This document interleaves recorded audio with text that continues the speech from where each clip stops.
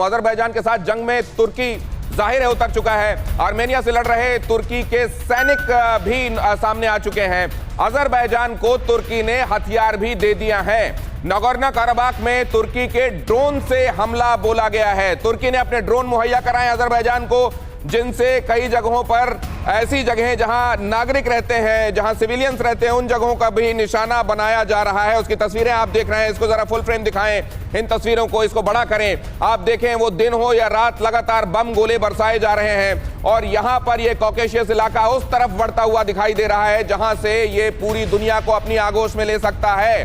हालांकि जानकार ये मानते हैं कि यहां से कैस्पियन सागर से आने वाली एनर्जी की सप्लाई जो अजरबैजान से होकर यूरोप की तरफ निकलती है जॉर्जिया के एग्जिट से, उसको देखते हुए अभी अचल साहब ने बताया कि पूरा यूरोप ये चाह रहा है कि यहां पर शांति बरकरार रहे, लेकिन हालात उस तरफ जाते हुए दिखाई नहीं दे रहे हैं।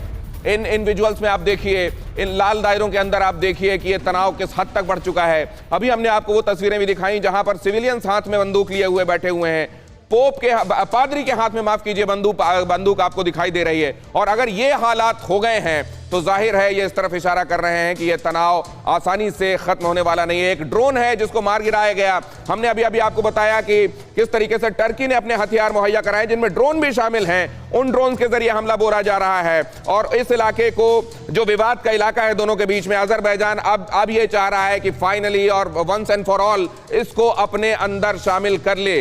लेकिन वहां के लोग जो कि ईसाई बहुल के लोग हैं वो चाहते हैं कि उनको सेल्फ डिटर्मिनेशन का हक मिले और वो अपनी जगह के बारे में खुद तय कर सकें कि उनको किधर जाना है या खुद मुख्तार होना है।